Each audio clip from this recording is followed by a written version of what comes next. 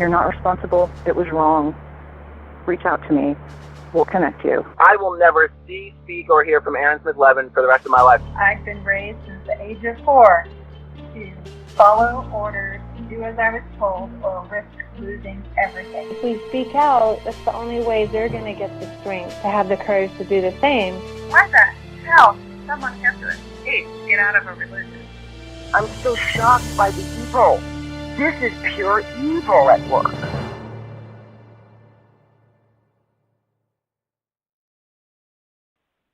All right, Happy New Year. Welcome back to Come Get Some Extra Scientology edition with part 2 of Christi Gordon.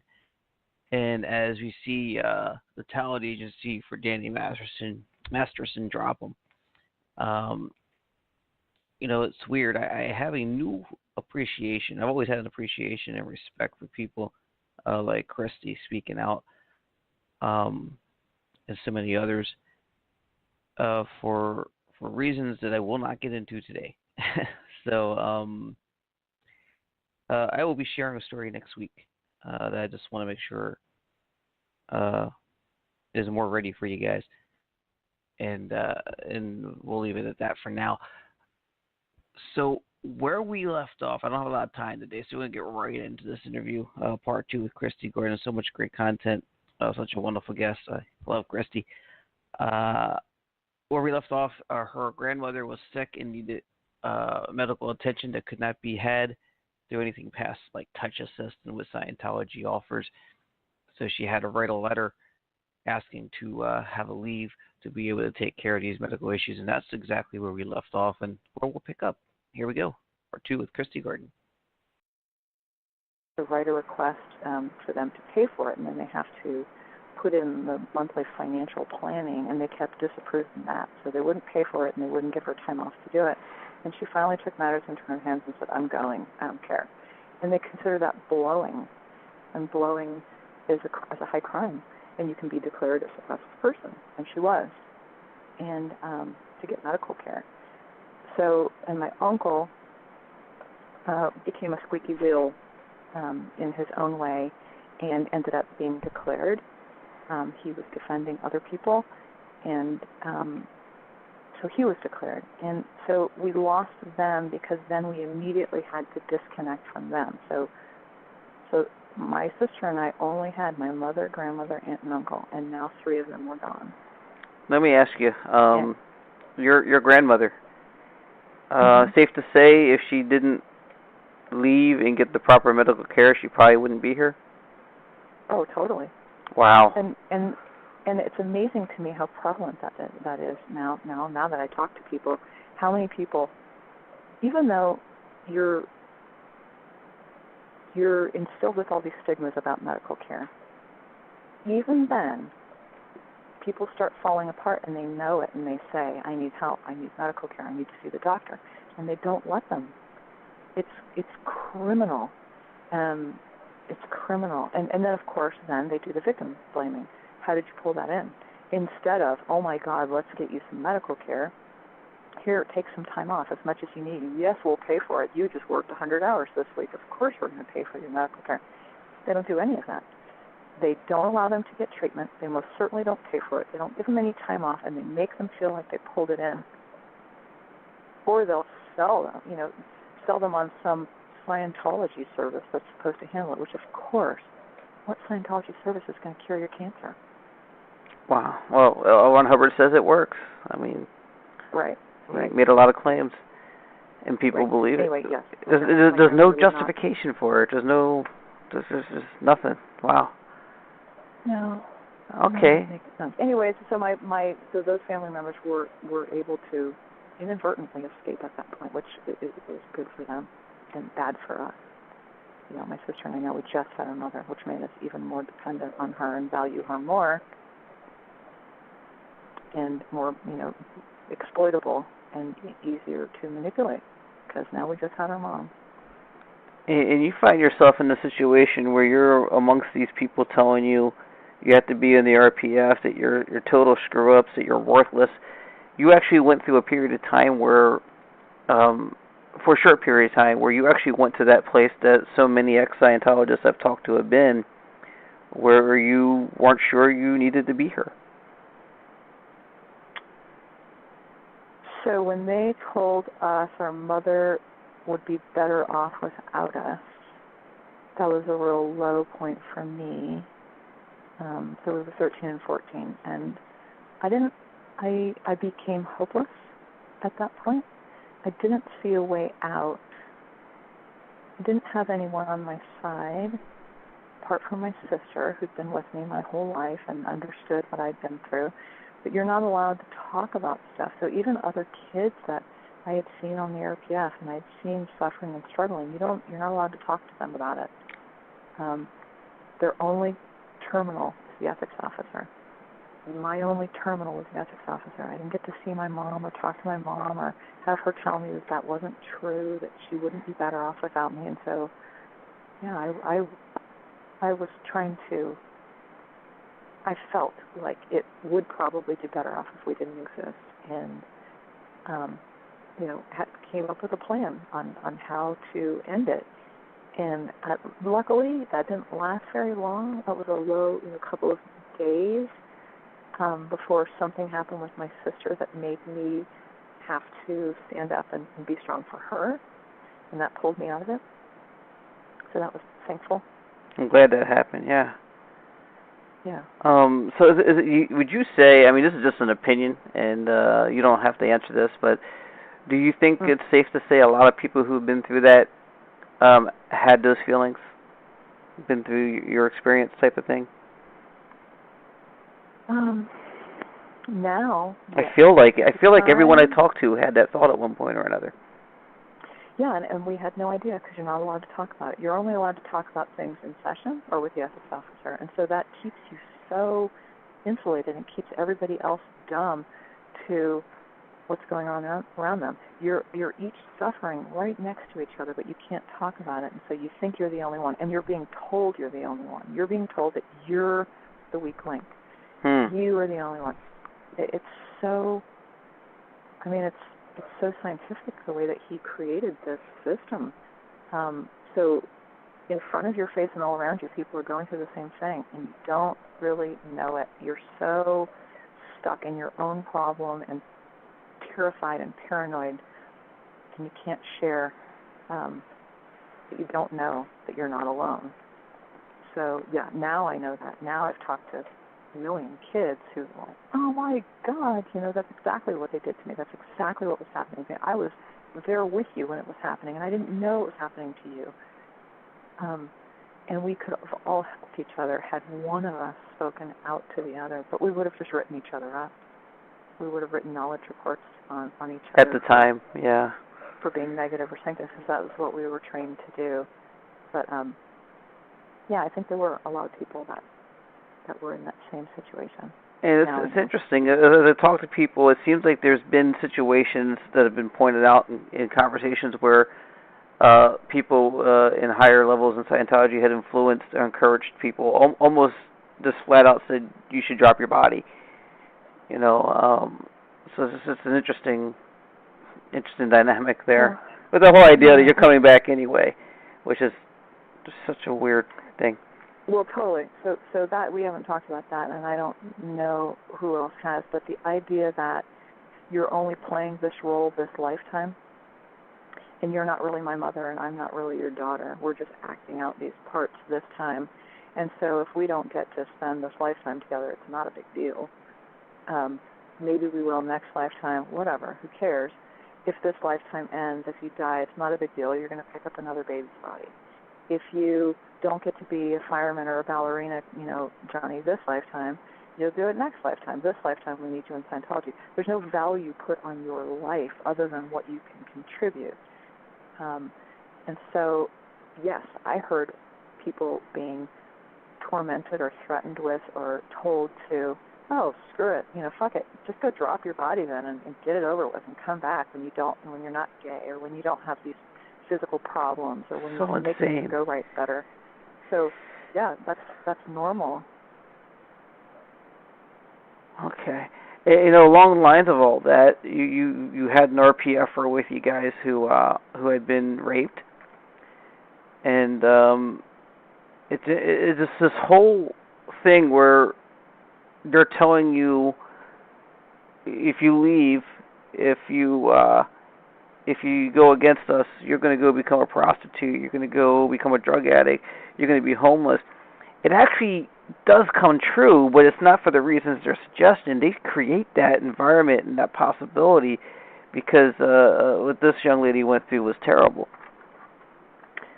So when I was on the RPF the second time, so my mother made us go back at 15 and 16, and my sister refused and ran away. And I didn't want to lose my mother. She was the last family member I had. And so I stayed and I did the RPF for 12 months. And this girl was actually a dorm mate who was not on the RPF. And we shared a dorm. And she came in from a run at night in Clearwater. And she had twigs in her hair and she had abrasions all over and her clothes were all wrong. And she was trying to force her way into the bathroom to get in the shower, and we were all queued up to have showers. And we weren't allowed to speak to her, but we did anyway. What's wrong? What happened? What's going on? What happened to you? And she admitted that she had been raped and that she needed to wash it off immediately, and we insisted on calling security, and she insisted that we don't and threatened us. And of course, we're RPF. She's not. She can get us in deep trouble for talking to her or doing anything that she doesn't approve of. So we didn't, and she said that she was about to go on her leave of absence. If your stats are up and you write a request and it gets approved, you at that time could be allowed to take a time off as a vacation each year. She had already been approved and gone through the process. They make you have spec checks where they ask you all these questions about do you intend to come back, or do you have secrets from Scientology, or do you hate L. Ron Hubbard, each time you go, and then immediately when you come back. So she'd already passed all that. And so if we told security that she had been raped, she would have to then do more ethics, more confessionals and sex checks about why she pulled it in, and probably wouldn't get that vacation time. So she was more afraid of telling that this happened to her than getting help with the fact that it happened to her. But also in my time, not when I was on the RPF, just when I was living locally, there were two other girls that were teenagers, 15. I think they were both 15 at the time, who were unsupervised because Scientology parents don't keep track of their kids, and none of us. And they were hitchhiking at night and were picked up by a non-Scientologist. And one of them was raped and one escaped. And afterwards they came to the Fort Harrison and they told the ethics officer and their parents. And the Scientology, the authorities there in Scientology decided that it would be out public relations if they admitted that two minors were out unsupervised hitchhiking. So they were not allowed to report it to the authorities, and then they were assigned lower conditions and punished for pulling it in. What's more damaging? Totally. So those are the rapes that I personally was aware of and saw myself, as a kid when I was there. So, is this when you got put into the RPF? I didn't get. I wasn't put on the RPF. I was threatened with it. Oh. But most certainly saw other people assigned to it. Those folks lived in the boiler room. And boiler room. The boiler room was, subterranean of the Fort Harrison Hotel. They lived there? They were made to eat and sleep in the boiler room. Wow. And it was super hot with these low-hanging pipes and huge palmetto bugs and very, very loud, just pipes banging and the boiler going constantly. And they would just have, I don't think when I was down there and saw what the setup was, it was just like blankets, not even a bed, and restraints on the bars. So I didn't see someone in the restraints, but I saw the restraints there. So I know that they had double watch. So their penalties were double our penalties. So if we were on quarter pay, they were on eighth pay. If we had to do 10 push-ups, they had to do 20. Wow. would be on half rations. They would be on half sleep. Everything, every punishment was doubled for them. They had double watches. If we were on 24-hour watch, they had 2 people assigned to them all the time. And these people wanted to leave. That's why they were there. So this is doubly worse than what you were doing. If the RPF was bad, if working, doing hardcore labor with no safety equipment and 2 hours of sleep a night and screaming and yelling the whole time, and theirs was worse.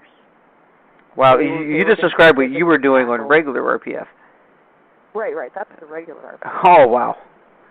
Yeah, that's normal. That's not the RPS. The RPS is the threat of what happens next. And so from what I saw, it was people that wanted to leave. They were irate, maybe irrational, maybe having some psychosis. They wanted the hell out of there, and they were willing to yell and scream about it. And those were the ones that ended up on the RPS. And they couldn't just walk out? No, God, no. Not if you had threatened that you were going to tell. If you were a threat, then you were considered insane, and you could be imprisoned.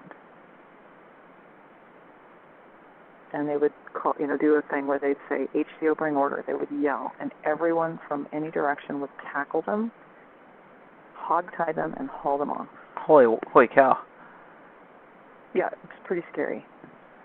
But you were told they're type 3, which means psychotic, which means something has been stimulated in there. And that may not be true. They're just regular people, they're sick of it, don't want to get out. Just regular people that wanted to get the hell out of there, and they were willing to threaten, or scream or yell in order to leave, and you don't get out that way. You have to be quiet and play along and do what they say and bide your time and be patient and be put through all the paces, which is what I ended up doing after 12 months in order to be able to leave.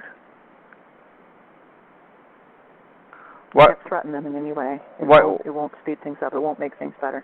While you were in, you're talking about the safety equipment, not having the proper safety equipment. You're up on scaffolding. People will fall asleep.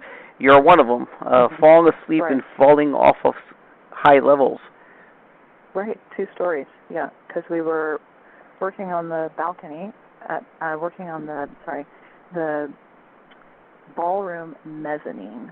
So we had scaffolding that would take you up to the ceiling of the lower level of the ballroom, but then you had to be on the second level of the scaffolding to reach up to the ceiling of the mezzanine of the ballroom. So yeah, 2 stories.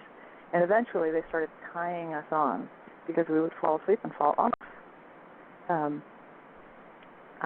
I didn't have any, major injuries from that, but I fell off a couple times. I fell asleep. We're doing overhead painting, detail painting of moldings with this gold leaf and gold paint that was like mostly solvent, but also had gold in it. And you're painting over your head for 8 hours at a time, all day long, every day, and you can't bend your neck. You're in real pain. You're falling asleep. The solvent's coming back down into your eyes. We don't have goggles. We reglazed the windows on the mezzanine, which shows basically the 11th floor, and you had a twin or a partner that would hold your legs, because we didn't have lifelines at that time, while you leaned out the window so that you could do the glazing on the outside of the window. And I'd fall asleep. She'd fall asleep and drop me. I'd lost my tools down to the main street several times, and of course then you're punished because you lost your tools and you could have hurt somebody by dropping the stuff, and so you made to do laps or push-ups. How that we're not deaths? Oh my God. Yeah, it was pretty crazy. We re-roofed the main roof, so that's 11 stories also, or on top of the penthouse, maybe it was 12 stories. And I was up there with another teenager, and we just tried to stay low. We didn't have lifelines again. We just tried to very carefully walk around and pick up these broken terracotta tiles, which were slicing our hands because we didn't have gloves, and walk them over, drop them in this huge chute that went down to the street level, and it was crazy, and we knew it was crazy. I mean, we'd make eye contact, like, let's just do this and get this over with and get off of this roof. It was pretty insane. Okay. So your last round in RPF, you weren't even supposed to be there? You weren't even supposed to be in the RPF? I don't know if I wasn't supposed to be there. We weren't told why we were sent there, and we spent 9 months going back and forth with why. In Scientology, if it's not written, it's not true. That's what LRH said. And so if you're written up or assigned something, it should be in writing. Everything should be in writing. And we couldn't get anything in writing saying why we were sent to the RPF. What was our crime? The last time we came in, we were accepted on the amnesty, and we didn't do well, and we left, but we weren't on the RPF. So we couldn't find out why. For the longest time, petitions, queries, back and forth with the local MAA who had recruited us onto the amnesty. My mother was pushing really hard to try and get me off the RPF.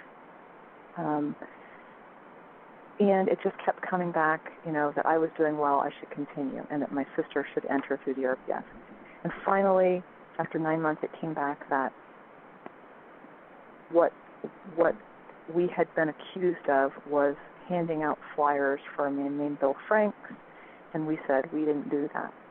As it turned out, it was some other local kids who had done this thing, and he was a declared suppressive at the time. So we said, okay, then let me off the RPF. We didn't do that thing. And they said, nope, you're doing too well. But they finally said, your sister can come in through the Estates Project for us, which would have been normal. And but by then she'd run away. And so at that point I said, screw this. You mean to tell me that 9 months of my life in this torture was based on a lie, and now that you know that it was a lie, you still won't let me come off of this thing? And I was like, that's it. Yeah. I don't want to do this thing. I'm finished.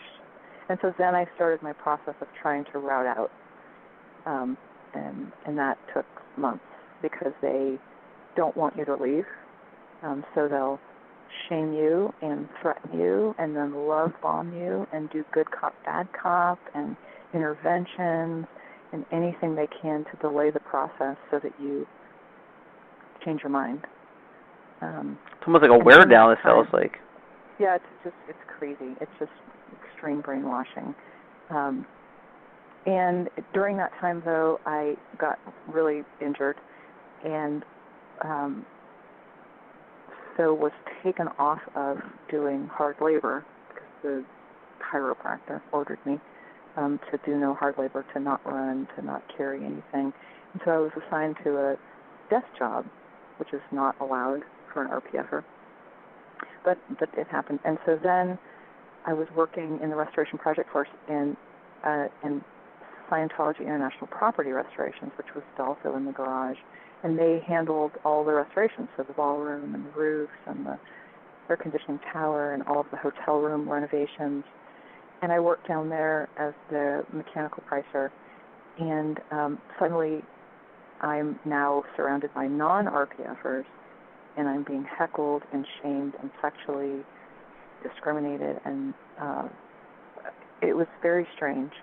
And then I was being made to deal with the public, non-Scientology people in order to do my job, and made to negotiate with suppliers and contractors and things to get bids and contracts to do our restorations in the hotel, and then dressed up and made to flirt with and have dinners with and meet and greet with contractors in order to negotiate better pricing, and at the same time made to do photo shoots, sent to the beach in a bikini and pose for shots for marketing for the hotel. How unbelievably ballsy. They got you on the RPF, degraded, and then they're going, hey, go tell everybody how great we are. Yeah. You're just, at this point, you're absolute slaves, and you're doing whatever they say, and you don't question anything. Less and less. In the sphere, you don't question anything. In Scientology, you hardly question anything, but in the RPF, you don't question anything. And I was trying to leave. and they were making it difficult for me. And I finally decided the only way that I could escalate things so that I would be allowed to leave was to stop doing what they told me to do. And that was really risky because I could get sent to the RPS and confined. But I didn't change my behavior. I still kept doing, my job. I just wouldn't run. I wouldn't wear the uniform, which is black or blue. I started wearing jewelry and makeup. I took some random roommate's things so that I could dress up out of uniform. And that created like a shitstorm of people writing reports on me, which created pressure on them to handle me. And at this point, I stopped buying into, you're going to become a prostitute or a criminal. Or, like, their threats stopped working on me. Somehow, suddenly, my fear went away, and I decided that I would let go of my mother. And if that was what it took for me to get out of this really abusive situation. And it's like their leverage was gone, I guess. And there was nothing they could say. But I wasn't dramatizing. I wasn't acting out or screaming or being irrational. I was just saying, I'm not doing this anymore. I'm sorry. No, I'm not going to do that. No, I'm not going to do this. Make them not want you there. Right. So I took their power away from them. Yeah. Somehow, unknowingly. And so the next thing I knew, they were escorting me out to the street. Security walks you out with the clothes on your back, basically, and says you're not allowed on the property anymore. If you ever want to handle this, your only terminal is the MAA or International Justice Chief or whatever. You're now a freeloader, and you're a degraded being, basically, and an enemy of the C organization, not of Scientology. I wasn't declared suppressive, but you're an enemy of the C organization. You're a deserter, and you've abandoned your group. And, I didn't even get to say goodbye to my mother. And there were, even though they recently said on Aftermath that there were arrangements made for me, there most certainly were no arrangements made for me. Those are the blatant lie. Oh, it's a total lie. My mother did help me later, but it was about 10 to 14 days later. So I was on my own, on the street, by myself. And I don't really remember if I was 16 or 17, because I didn't even know what day it was, what month it was, what year it was at that point. You're so removed from, like, music on the radio, I didn't recognize. Trends I didn't recognize. I was so lost. So I could have turned 17, but in my memory, when I do the math, I think I was still 16 for a month or so. But anyways, now I'm on the streets. And what you were saying earlier about what they tell you could happen to you, well, that did happen to me. There was a girl that also was offloaded on the day that I was, who was in the RPF with me from Outer Oregon. She had money, and she was older, and I hung around with her for a few days, and we slept in the park, and we ended up, she got a money order from some family member of hers, and a bus ticket or plane flight home, and she bought us dinner at a local restaurant on Fort Harrison. And we befriended a waiter there who she told our story, and he let us sleep on his couch. And so we didn't have to sleep in the park anymore, and we could take baths. And she left, though, and I ended up staying on with him because I had nowhere else to go, and he ended up, taking advantage of me. And so in my head, of course, I was thinking, how did I pull this in? This is what they said would happen. Oh, my God, it's already happening, Right. So it's funny how that happens, and it gets reinforced. Didn't one of the people end up in, what's it called, the Children of the Night or something? That was another teenager who, we haven't talked about it, and I don't know if other kids have, but in Scientology, not only are you considered to not be a child, you're, an ageless Satan in a small body, but there's this saying that age is only a consideration. And so the way that that's used is, and it comes into play with kids, is sexual relationships with children are okay. I don't mean pedophilia when I say that. That's a whole nother topic. But what I mean is, I'm 12, and there's a 40-year-old man that wants to have a second dynamic relationship with me, which means a romantic and sexual relationship with me. And that's okay because age is just a consideration. So there's all these huge age disparities in relationships that happen in Scientology and in the sewer. People getting married, generally it's older men, but sometimes it's older women. In the case of Karen Della Carrier's son, Alexander. But with me, I was 13 and 14 and being approached by men in their 40s that were my mother's age, and offering me all sorts of things that I really wanted. Cars and condos and college educations and, trying to dangle my Scientology bridge, which I didn't want. I never wanted auditing. But things like that, clothes, vacations, jewelry. Crazy. In order for me to agree to have a sexual relationship with them or marry them, whichever.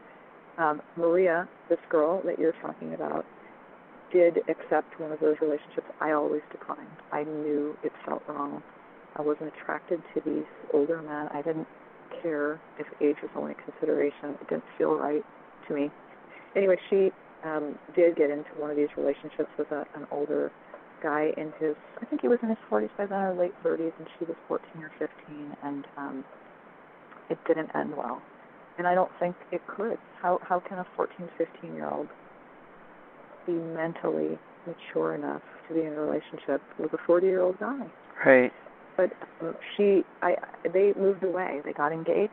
They moved away. He's a well-known VIP in Scientology and an actor, and they moved to Hollywood. And the next thing I knew, I kept hearing rumors that she had gone crazy, and I tried to pull strings and hear, what do you mean by that? And we don't talk about negative things, so it was really unusual that this was even being discussed kind of in whispers amongst kids, but that she had ended up in something called the Children of the Night on the streets in Los Angeles, where she lived with him, and which is basically a drug and prostitution ring for teenagers, runaways, and that she'd gotten pregnant.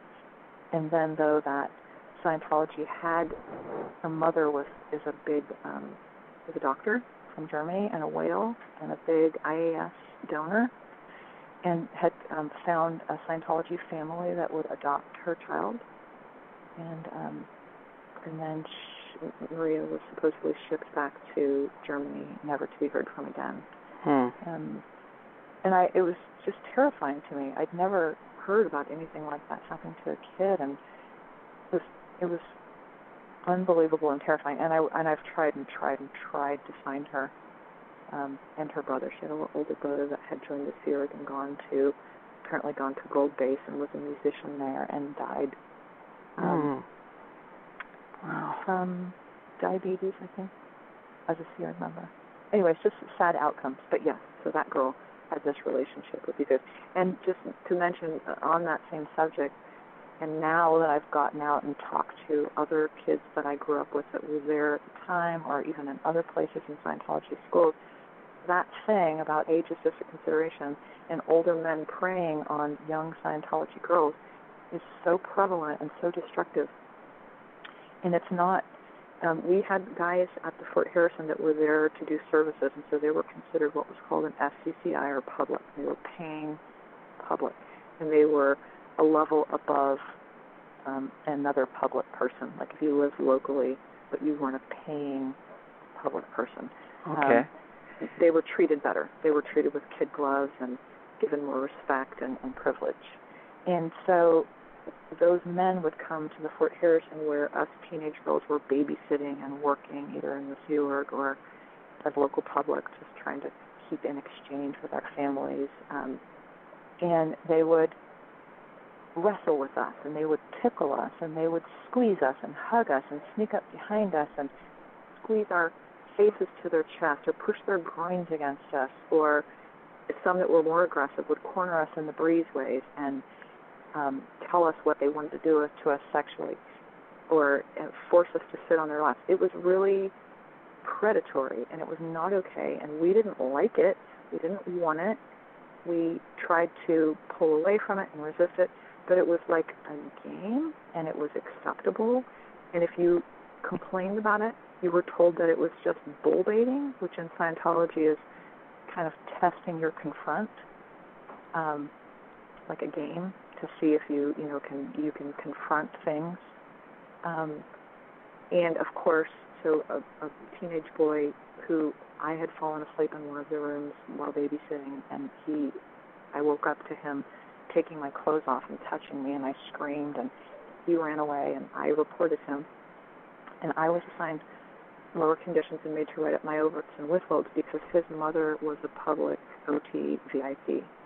Of course. He wasn't punished. So that type of thing happens regularly, and it's still happening. There's nothing that's changed. Even if there's no cadet.org, even if there's no children born in the Sea Org, that belief that children are adults and that age is a consideration, and the fact that all these men or older women, whichever, have been allowed to have sexual relationships with teenagers is continuing. There's no reason why it wouldn't stop. So right. Hope, and all the cover-ups, the Danny Masterson thing. Yeah. All of these sexual things that have happened and they conceal. You're taught, and Sea Org members even more so, that you do whatever it takes at all costs to preserve the reputation of Scientology no matter what. No matter what. No matter whether it means concealing, lying, breaking laws, you do, because Scientology is the only thing that's going to save mankind. And so it's the greatest good. So a childhood friend who was a Scientologist, a little bit older than me, somehow, I don't know how, heard about my situation, and she just told me this recently, that she asked her parents if they would pay for me to come to Los Angeles where she was living. And she flew out and got me from Clearwater, flew me back, and we lived at the Manor Hotel, now called CC Inn. And I really feel like saved my life. I think what was happening, I'm on the streets, I've got no education, no job, no family, no nothing. I've already been taken advantage of by an older guy. I have nowhere to live or be. I think bad things could have happened to me, just like they were saying could happen to me, because why wouldn't they? I had no resources, no tools, and no support. And I was a kid. So I really do feel like she saved my life. And her name is Leslie Rickard Belcher now. And I love her. Nice. Anyway, I went to LA and stayed with her, and I discovered there a ton of kids just like me had been in and out of the Sea Org, recycled through, abandoned, and or never in the Sea Org, but just raised in Scientology and abandoned by their families because they struggled or they didn't want to do Scientology, or they had, now I know, depression, mental issues, health issues, got onto drugs and just were struggling as kids and needed support and a network of support, and they didn't get it. All they got was Scientology shoved down their throats. And there were a ton of us, and we just kind of all banded together and lived, rented apartments together, all, piled up in rooms together. Whoever had a job would buy food. We all smoked at that point, and we had for years, because most kids in Scientology smoke because you're adults in small bodies, and LRH smokes. And we shared cigarettes and resources and food, and if we went where we didn't have jobs or we didn't have a place to live, we slept in the garage of the complex, right across from the PAC-based complex. We slept on the roof of the complex or on the roof of the Manor Hotel. We just tried to make ends meet, and we got by. And none of us talked about why we were there or what had happened to us, because that was taboo. If you said, you told anyone that you'd been on the RPF or you'd been offloaded, or that you were a freeloader from the Sea Org, or that bad things had happened to you, you would be shunned. We were taught not to talk about our trauma or bad things. And we didn't want to lose this tiny thing we had, which was this network of kids. There was a ton of pregnancies amongst these kids. We didn't have sex education. Sex education would be delivered in public high school, and usually it was delivered by school psychologists or whatever, so my mother wouldn't let me participate. So we didn't really even know how to prevent that. And kids were sexually active, and kids were experimenting with drugs and getting addicted, and they couldn't, their families wouldn't help them. The only help they would give them is send them to Narconon, which meant Scientology.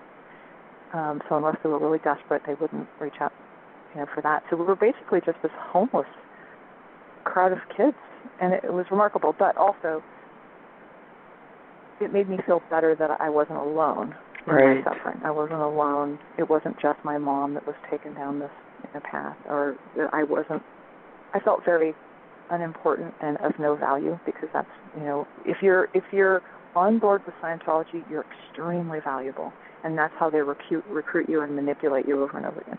If you're not on board, you have zero value, and you're a complete loser and a degraded being and dilettante. So I was in that stage where I was on the bad end, and so it was very redeeming to find some others like me that were also pieces of shit, and I liked them anyway, and we just all kind of banded together. So I went on that way for a while. I finally saw my mother again in Portland during this thing called the Portland Crusade, and we were all active Scientologists, I think all over the world, but most certainly in the U.S., were pressured to report to Portland to be a united front protesting against this court case that was happening. And a bunch of us kids were pulled out of a movie theater in L.A. and told that we had to report to Portland. And, I was used to being told what to do.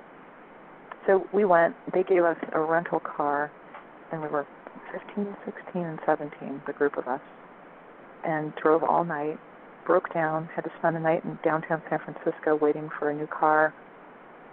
None of our parents knew where we were. But anyway, we ended up in Portland. We got there. There was no lodging.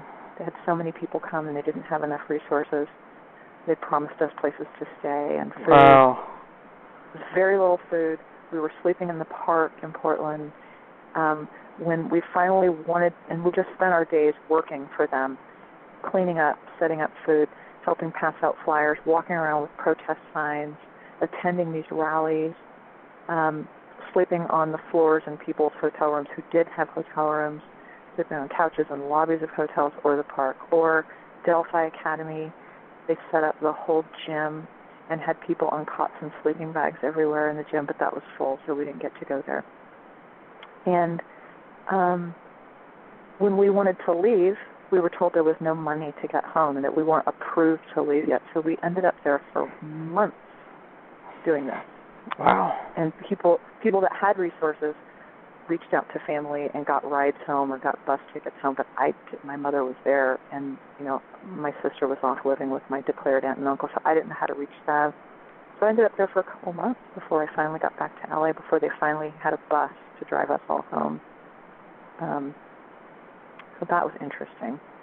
And then I ended up leaving with a couple of these kids whose parents, they had been displaced because their parents were in the Sea organization and they didn't want to join. So at a certain age, they walk you out to the sidewalk and say, if you don't sign this contract, you're out. And these two girls, that had happened to. What's that age? What? What's that age? When it happened to them, I think they were 12 and 13. Unbelievable. By now, they can't get jobs. They have nowhere to go. No, you're so dependent on Scientology. So you just hang around. We would sneak into the dining rooms and steal leftover toast and fruit from the meals, go sleep in the garage. But at this point, they were used to this because this happened to them at 12 and 13. And so they had already mooched off people, lived on couches, hung around other Scientology kids in order to stay afloat. And by the time I met them, they were 16 and 17. And we decided, someone told us about some jobs in New York City with a friend a kid that had grown up, had moved there, and a Scientologist-owned business. These balsam airplanes that you stand in the malls and you throw back and forth. Or also selling Christmas trees on Christmas tree lots. There's some Scientologists that had those businesses. And so we were going to work for them, and we ended up finding a guy in the classified ads who wanted us to share driving time with him, some person we'd never met. And we signed up to do that. And then when it was time to go, instead of having 2 vans that we would take turns driving, there was only 1 van. So all 3 of us had to ride with this guy, some weirdo that we never met, some stranger. And we were supposed to drive straight through, but he didn't feel well, so he kept stopping at motels. And so we didn't have any money. We barely had enough cigarettes to get there, and had to just sleep in lawn chairs at the motels that he stopped at, and until we finally got to New York City. And then once there, the jobs fell apart, the living arrangements fell apart, and they ended up staying with their non-Scientology father who lived in Queens, but there was not a spot for me. So I called an aunt and uncle who I hadn't spoken to in a really long time, my mother's brother, who lives in Texas, and they flew me to Texas. And it's a real small town, so I was able to locate them through calling information. And they have a real distinct last name, Wolfenson. So they let me stay there, and I was there for about 8 months. And I turned 18, and I had a total breakdown because I felt like I just kind of, it was the first time I sat still and had a roof over my head and food and family that cared about me for the first time in a really long time. And I just kind of fell apart, but not in a good way. Like in a bad way where everything just hit me all at once, everything I'd been through on the RPF, and then being homeless and, being a vagabond and not having my mother or my family or my sister. And I had a little breakdown, and I think they didn't know what to do with me, and they reached out to my mother. Somehow they were able to contact my mother, and by then she was out of the organization. And by the way, she left on pretty bad terms because as she tried to defend my situation on the RPF and what was being done to me, she was being punished for being a squeaky wheel. So she kept petitioning what was happening to me. They kept demoting her, assigning her to full-time labor. And so if she hadn't stopped defending me, if I hadn't left when I did, I think she would have also ended up on the RPF, because she ended up on the deck punished for questioning what was happening to me. So I think that if I hadn't left when I did, she would have ultimately ended up on the RPF with me. But anyways, my aunt and uncle in Texas, who were never in Scientologists that I was living with, found her and arranged for me to be reunited with her. She was no longer in Fjord, and she was working for some local Scientologists that had a business in Anchorage, Alaska. And my sister was also included, so we were reunited and put on a Greyhound bus and sent off to Alaska. So we had another opportunity to spend time with my mom, and that lasted a year or so. And then we all ended up back in Los Angeles. And then I ended up working with these people that called Janice and Jerry. They ended up being full-time professional regs, or it was called FSMing, which is called Field Staff Member, which is where you go out and you drum up business for Scientology, either by disseminating to people that aren't in or selling services to people that are already in, and then you get a commission on it. So this was their full-time job, just getting commission. And they worked for the IAS, which had just been created in the last year or two, which was supposed to be this fund for defending Scientology's legal needs.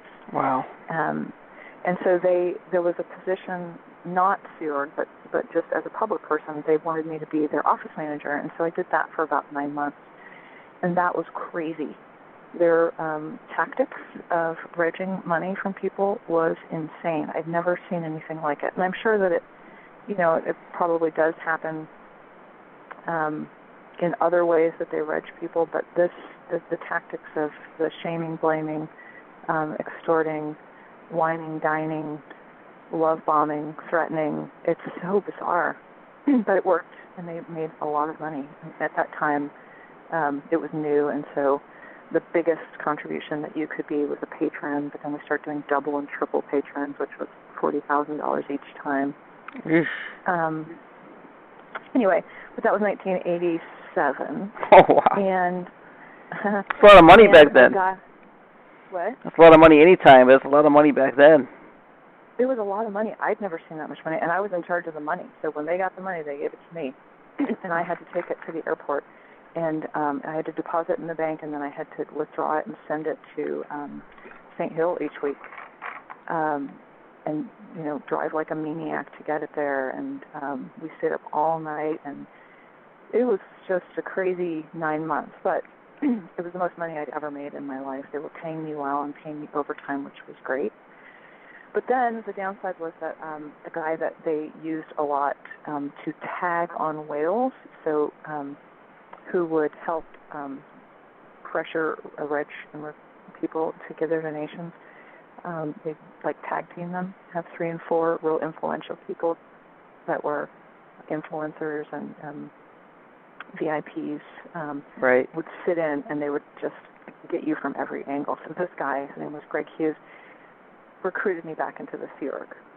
So this was my final, I think it was my 5th time. You just couldn't get away. Yeah, I know. I was almost away when I was off in Texas with my aunt and uncle who had never been in, but I just got drawn. I drawn back into it.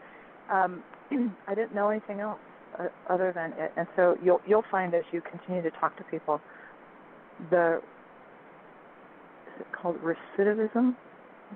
You keep coming back to this thing that you know. It's the most comfortable, even, and I think Steve Hassan has even talked about it, that people go back to cults at least 4 times or something like that, some crazy number. I mean, you escape from this horrible thing and you go back, just like other abusive relationships. Yeah. It's the devil. It's the devil you know. You're so fearful of what you don't know that you stick with this horrible thing that you do know.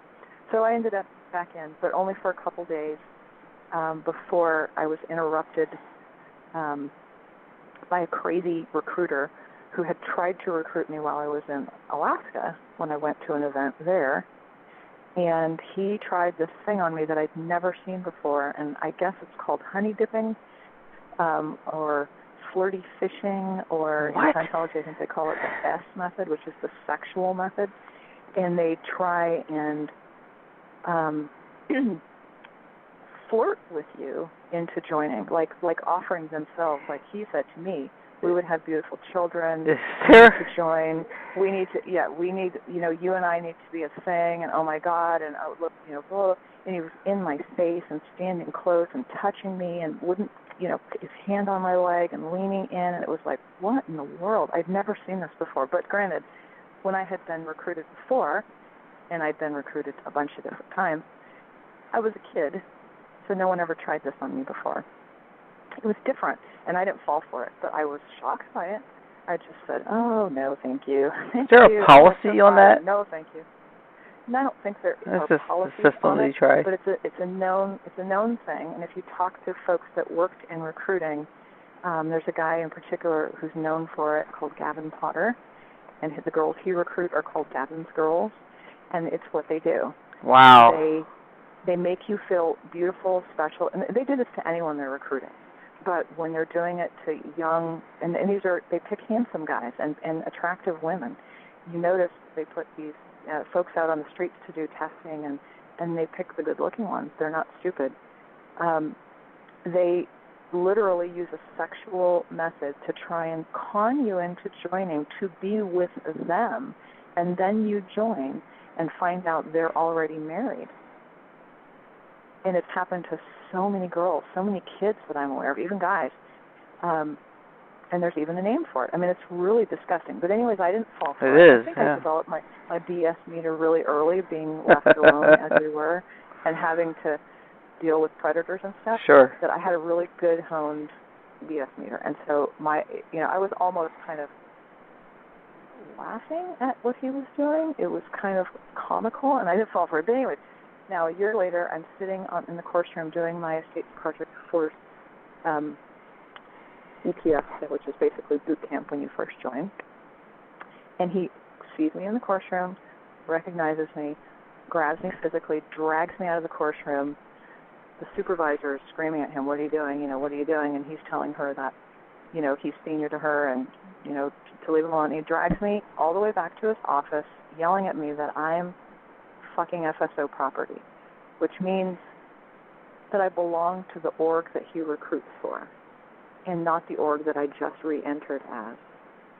And he knows that because I would be his statistic, and I would have come in through him. Oh, wow. The FSO. Yeah. So he's telling me that I'm property of his org, and how dare I, go to anybody else's org, this guy, Greg Hughes, who had recruited me this time. So he locks me in his office, leaves me there, and a few hours later, in comes my boss from the IMU, not the guy that I just joined the Sea Org for, but the guy that I've been working for as the office manager. And in Scientology, in the Sea Org, there's a policy that you can be recalled to your post for up to a year if anything goes wrong. So he invokes that policy and says, I'm recalling you to post to try and keep me out of this fight now that's happening over me. And they're talking about me and calling me a coin. So apparently, Sea Org members are property, and you can trade them, and they call you money. Anyway, it's trafficking. But it's crazy. So then, though, I'm recalled to post, but very quickly, this woman who was the reason that I was kept on the RPF for all those months, the person who wouldn't let me off the RPF, the person that had made my life a living hell, a woman by the name of Cheryl Bishef, who was the COCMOCW at the time, which is commanding officer, Commodore's Messenger Org of Clearwater, is now acting as the COCMO PAC. And she calls me into her office and says, you're causing trouble here, too. You're going to flag. And they put me on a plane and send me back to Florida to do lower conditions, and I'm just thinking, oh my God, I'm back here again. I don't want to be here. How did I get here? I don't want to do this. So I showed up for about 3 days, and I was staying with my mom, who lived there again. And I finally just walked out, and I never went back. And that was the end of my Scientology career. Ta-da! It's quite a journey. It's quite a journey. I never went back, and now I had to deal with real life. What is real life? How am I going to get a job? How am I going to have a place to stay? Are they going to come after me? I didn't know if I was considered blown, making me a suppressive person. Didn't know if I would be able to have my friendships with any of the kids I'd grown up with. But I decided it didn't matter. And I was able to get a job. And pretty soon after, I moved out.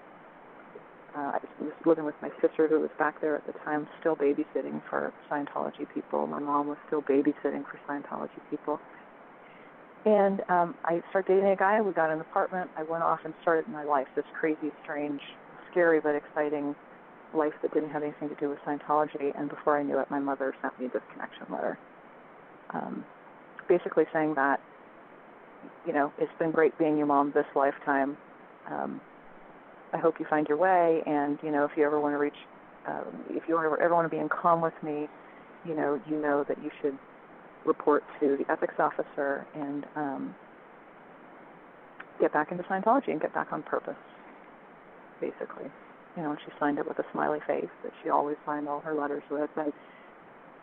And I was upset about it because I had never seen her write that I wasn't more important than Scientology before in writing. I hadn't seen that in my face, and she included a copy of Keeping Scientology Working. Wow. But I was feeling selfish, I guess. That I wanted my life, and I was going to put myself first at this point, and that was new for me. Sometimes you have to be selfish. Sometimes you have to be.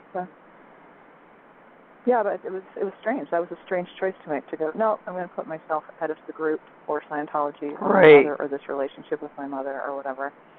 I'm going to do my own thing, and I'm going to see where this takes me, even if everyone is a criminal and a prostitute and a drug addict and a psychiatrist. I'm going to see how this goes, because I've met some people that are nice. They seem to be nicer than all these other people. These people seem to be insane. These people that I, have been being directed by my whole life, they really all seem crazy. So maybe there's something wrong here. Maybe I do need to try out the outside world and see what's really there. And what I found was people that were good and cared about me more than anyone I'd ever known.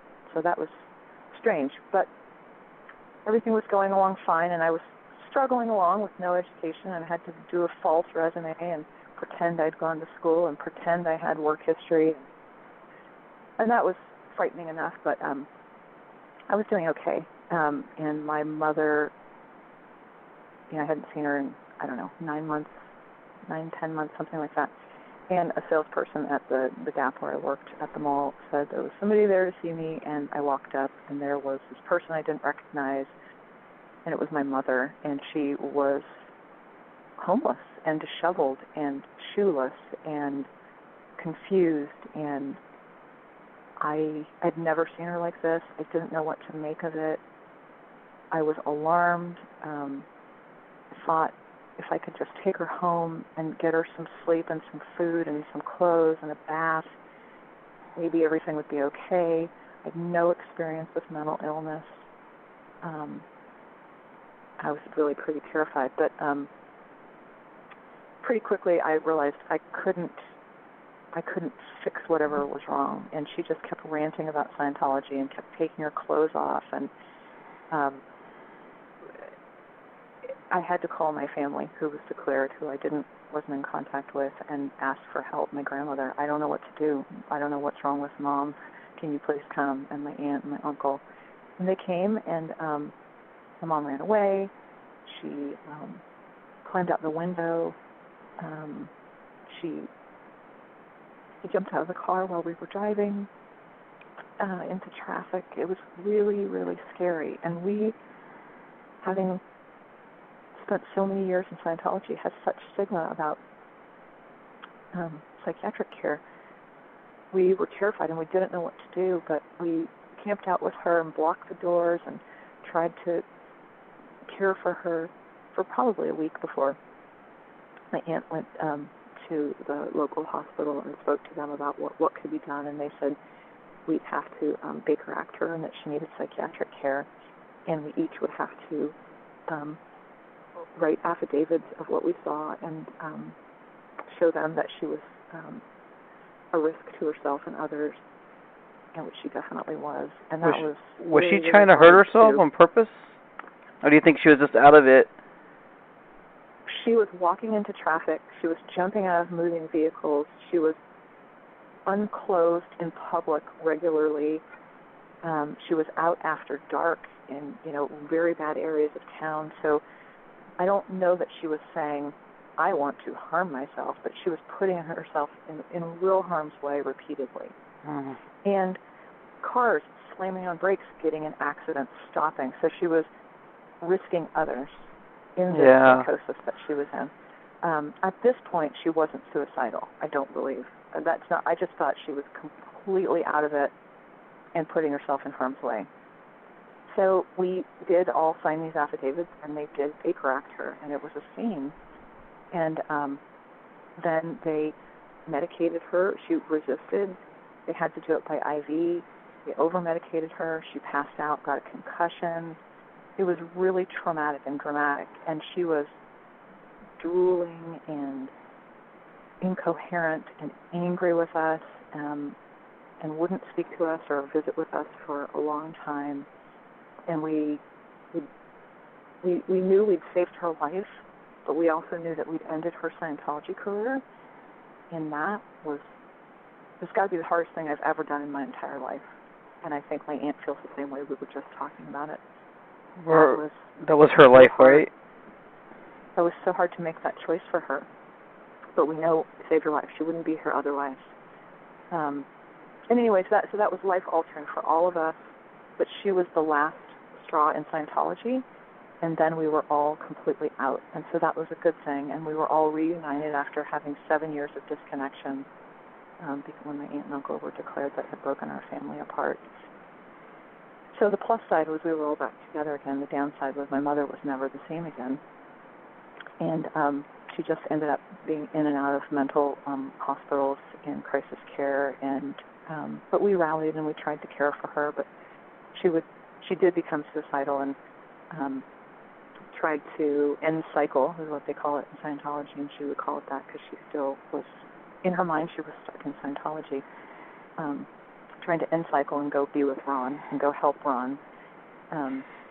And I know that she felt that she had failed in Scientology this lifetime, and now that she had had psychiatric care, she was disqualified for any future services. So what would be the point of going on with this life, you know? And that's heartbreaking that she got there and that they create this stigma that makes you feel like now you should just be dead. And that is what they did. But also that she refused to allow herself therapeutic care at every turn. Like, this didn't have to happen.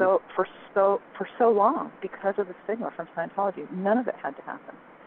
Number one, and I don't understand this, she shouldn't have been allowed to enter Scientology in the beginning. She already had psychosis. They shouldn't have accepted her. If you read their policies and procedures, they don't allow mentally ill people in. So why she was ever allowed in, I don't know. It wasn't that she just had, postpartum that was temporary and something, a one-off. She literally was hearing voices and seeing things.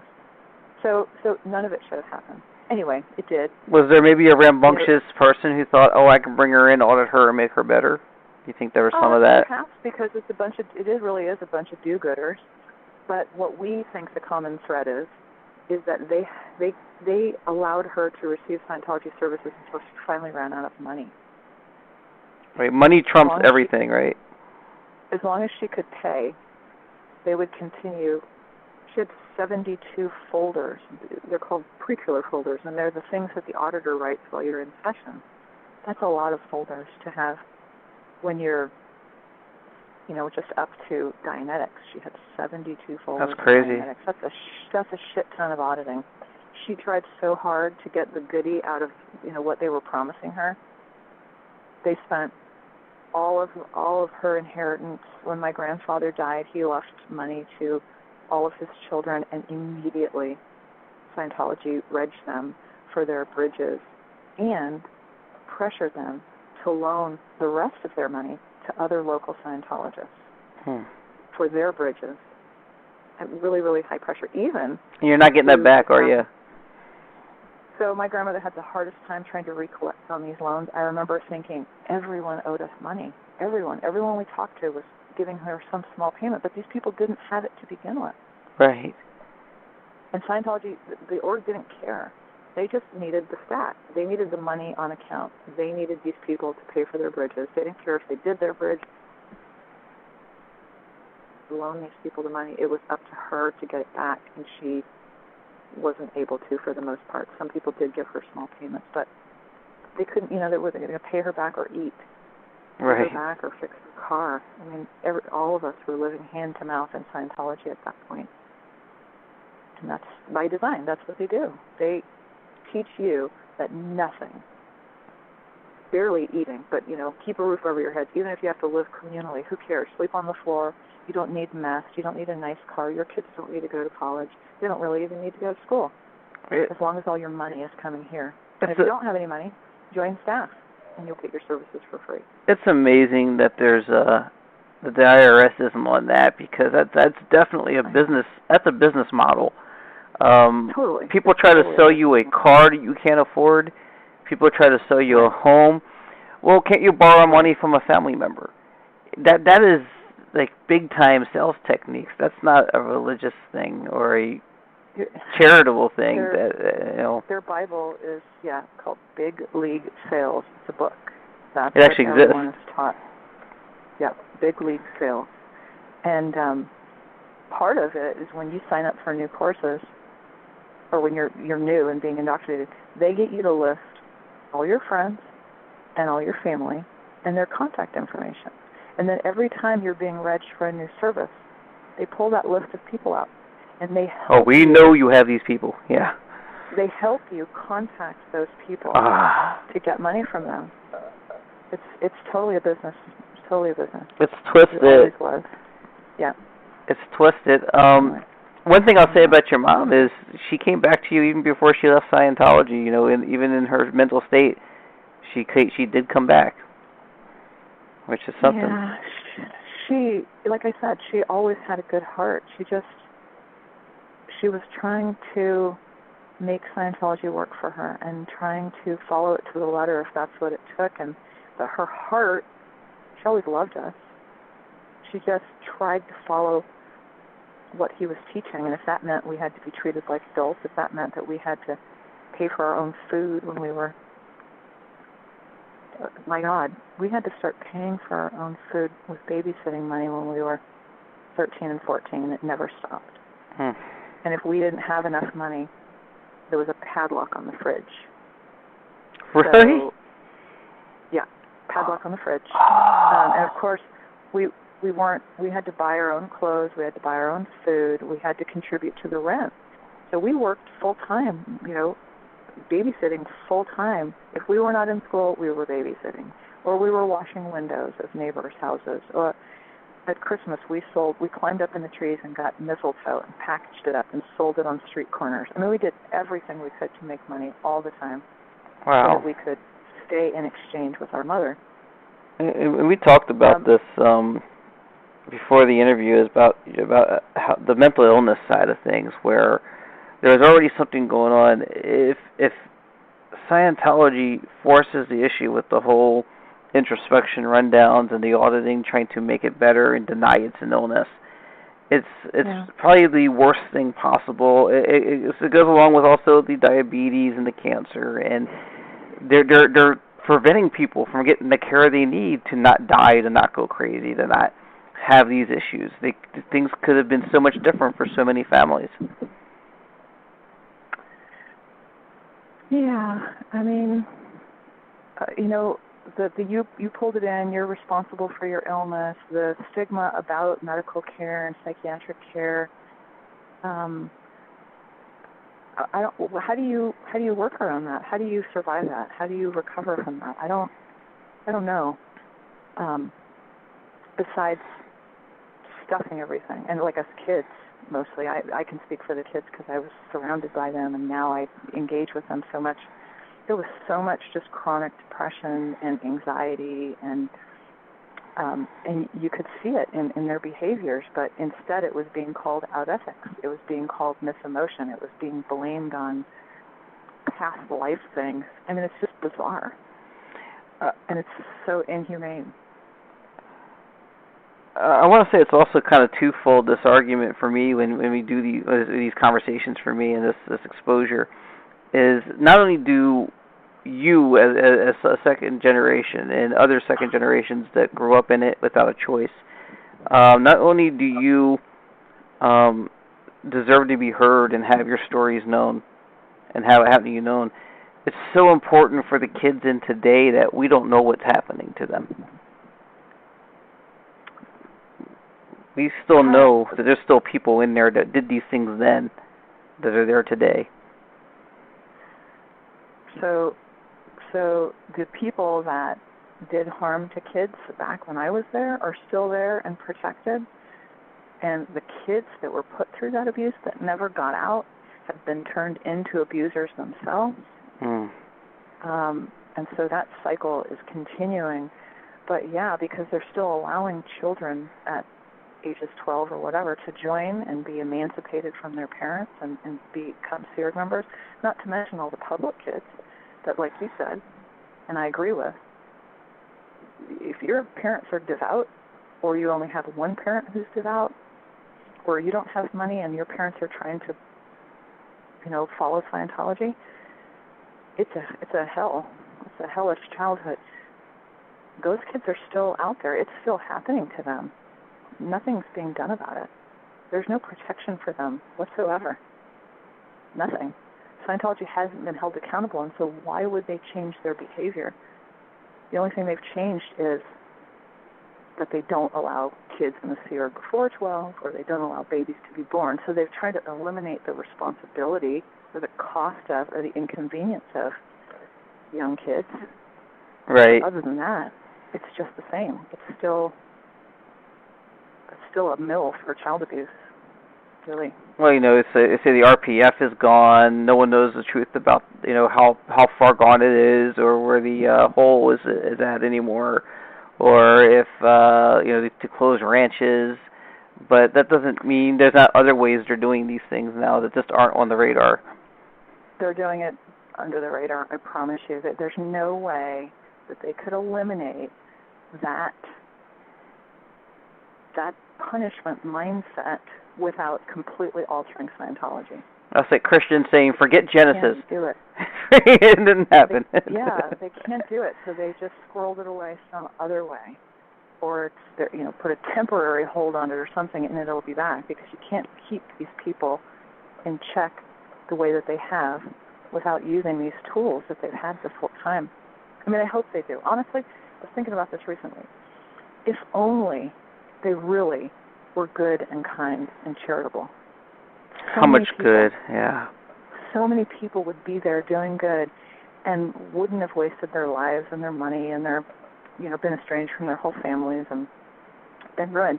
If only they didn't have to charge everyone or extort everyone. If they just let people do the right thing. If they didn't make people disconnect. If they just did it in a compassionate way, it would be good. Although, in my opinion, all of the, most of the philosophy is bullshit anyway. So how do you make something that's a lie work? Well, you do it by coercion, and that is what they've done. When you were on Aftermath, Lily, I asked you about your mom, and I know there's not every visit with your mom goes well. I know she's been mad at you at the family for taking her out of Scientology. She's also been mad at Scientology. But I think I think people would like to know how things are going today, because I think there might be something to say about that now. So, it's been up and down with her. Like I said, she was really suicidal for a long time, and we spent our time with her just doing interventions, and by that I mean statewide manhunts and things of that nature that were really dramatic and traumatic for all of us. But over time, she still has the same symptoms, but they've gotten milder, I would say. She's not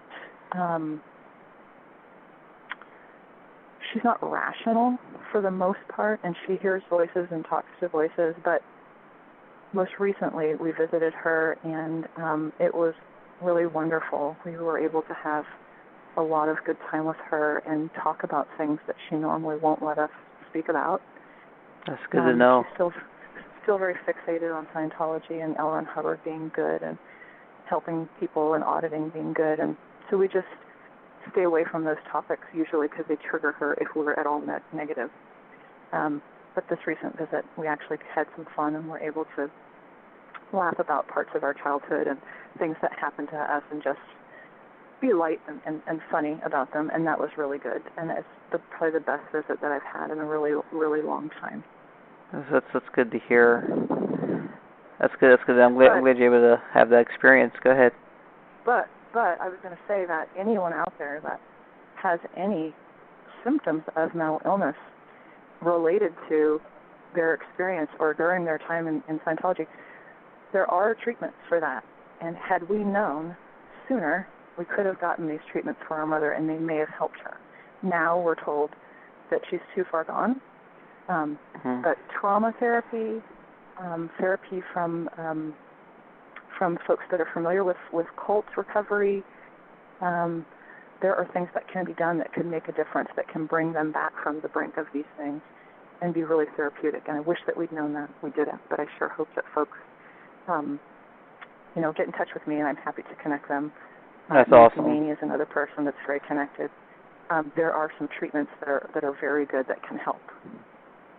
Good to know. I definitely, based on the conversations I had with other ex-Scientologists, especially second gens and people who had extra trauma, if you could say that, but that it's best to have a specialist in the field of, cult trauma and that kind of influence.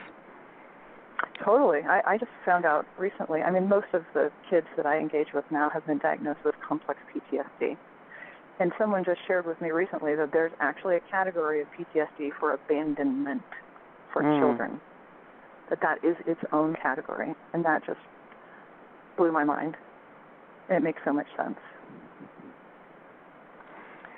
All right. Well, we're going to go ahead and wrap this up here, I think. Is there anything else that we didn't cover? Did I miss something? I think we're pretty thorough. I don't think so. I think you covered so much. You covered it. I would love to say that parts of my process, I guess, in getting to this point, I, for some reason, knew that I wanted to seek out other kids. And when I had been out about 10 years, I felt like there was a part of my puzzle that was missing, and I needed that connection. And I thought maybe if I felt that way, they felt that way too somehow. So I started tracking down, kind of in a stalkerish way, all these kids I'd grown up with. Well, for good reason. I just thought, I thought it was good.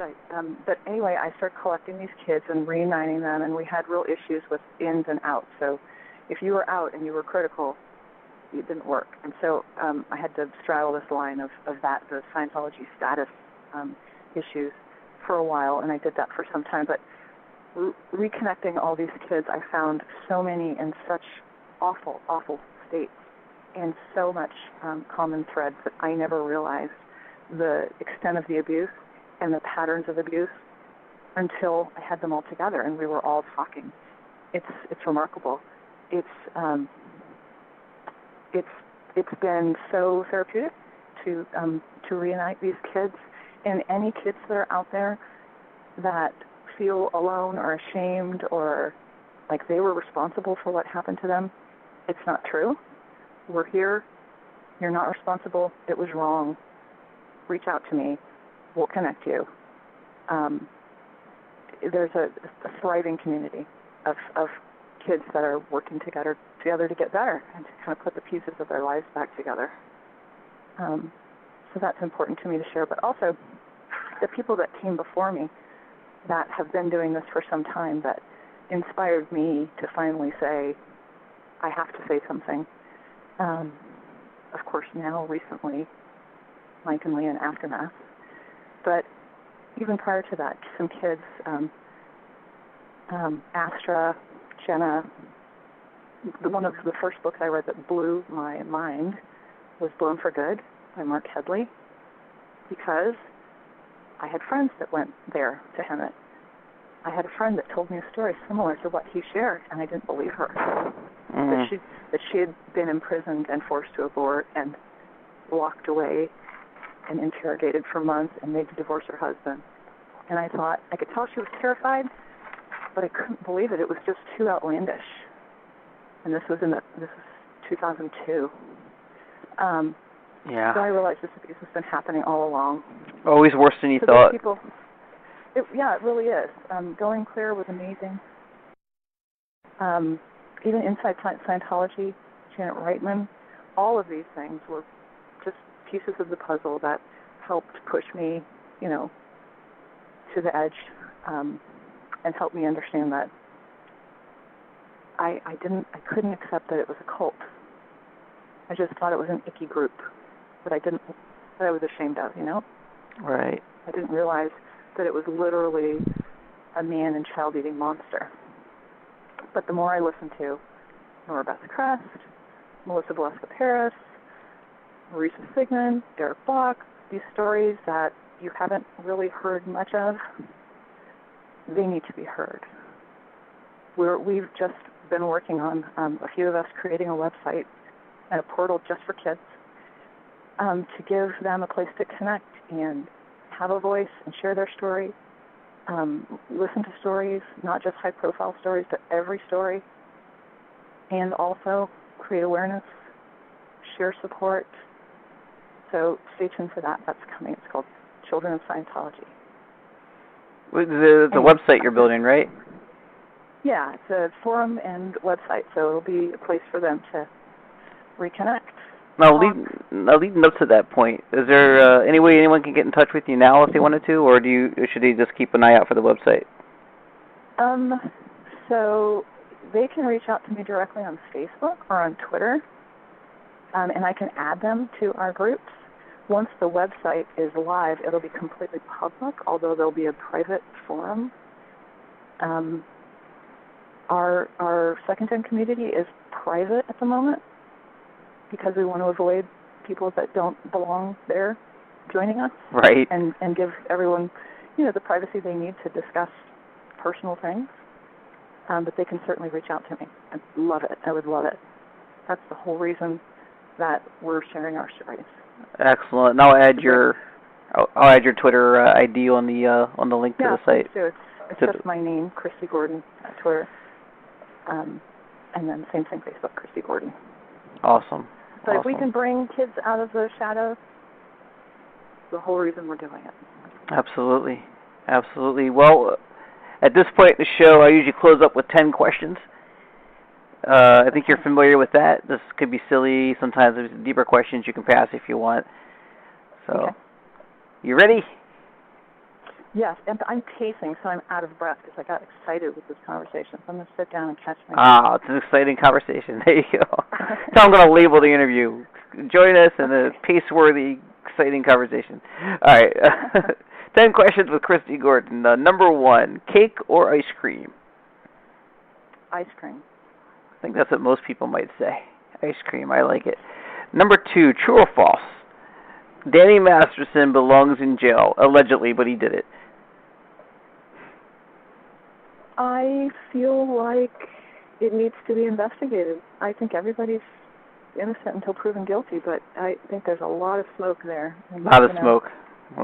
I appreciate your answer. It's the best answer probably given, true or false. There's not really anything you can say about it, right? I mean, it is what it is. It deserves to be investigated. It does. It does, and it does not deserve to be ignored, for sure, and dismissed. No. Number 3, right. Finish this statement. If I could do anything today, it would be...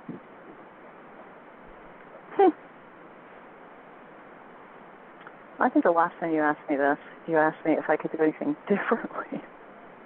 So I had that answer prepared. If I could do anything... I don't remember that. Gosh, I would just... if I could do anything, I would shut down Scientology, and I would take all of their funds to help their victims. That's a beautiful answer. That's what I would do. All right. Number 4, when watching television and movies, drama or comedy? Comedy. Comedy. I like a good dramedy. Comedy is good. Yeah, that's good. Number 5, if Scientology, I forgot to ask you this question. If Scientology was an amusement park ride, what would you call it? Oh, my God.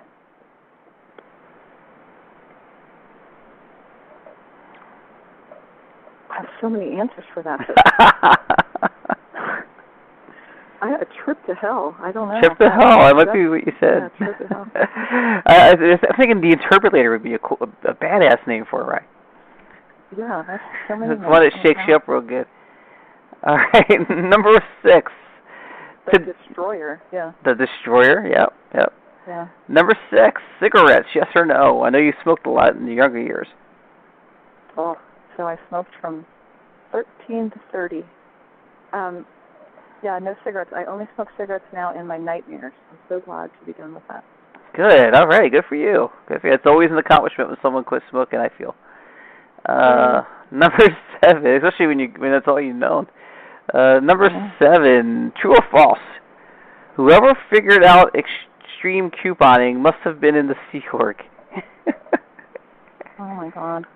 If only they were let out to go shopping. I just saw something someone posted, and they had like a shuttle bus, and they took everybody to Target or yeah, I saw that. Walmart or something like that. So I guess they do get out and go shopping, but yes, they sure need some coupons. So it probably was a Scientologist who created it. Yeah. All right. Number 8. Except, on the flip side, my mother was told that at a certain point, when she was doing her OT level, so not when we were really younger, but when we were 9 and 10, that she couldn't accept food stamps and Medi-Cal anymore because it was out of exchange and it was non-stat. And so now we had no food. So we were much worse off when she decided to follow that thought process. And I guess she couldn't get her OT levels if she didn't pass this eligibility. She couldn't pass the eligibility if she was out of exchange or downstat. So, interesting. So much crap. All right. Yeah. Number 8, what's the bravest thing you've done since getting out of Scientology that doesn't include aftermath?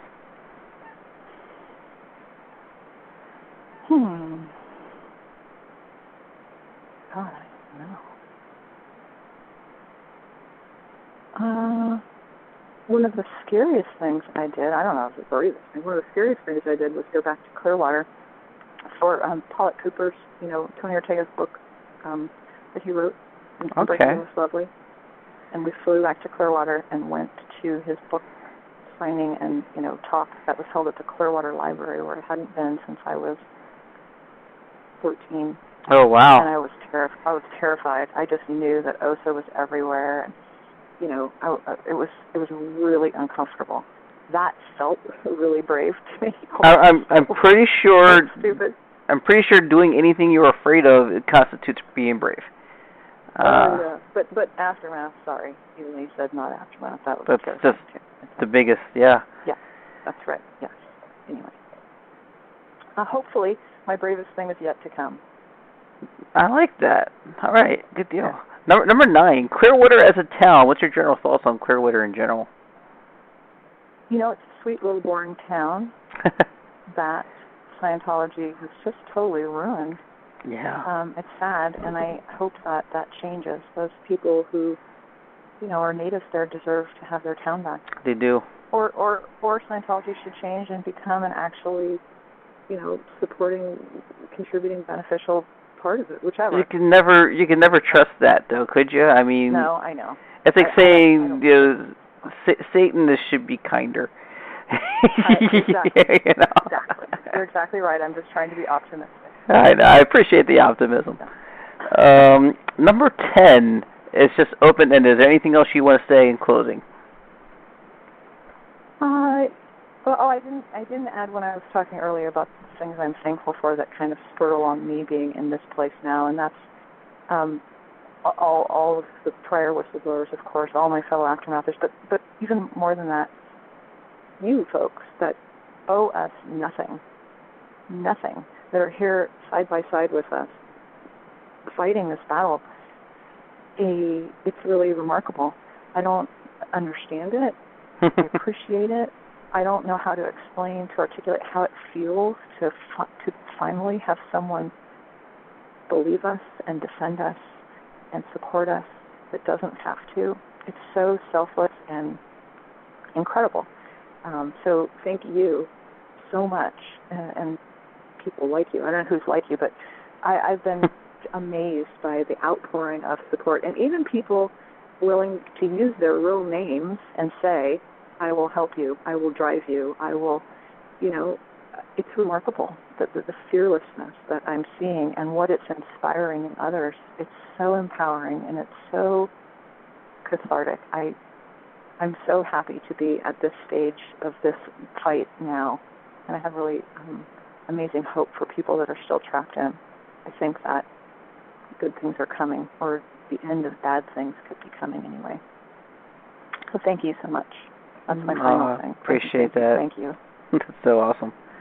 I am really grateful for you coming on here and talking. I know you didn't have to. I know it took some time.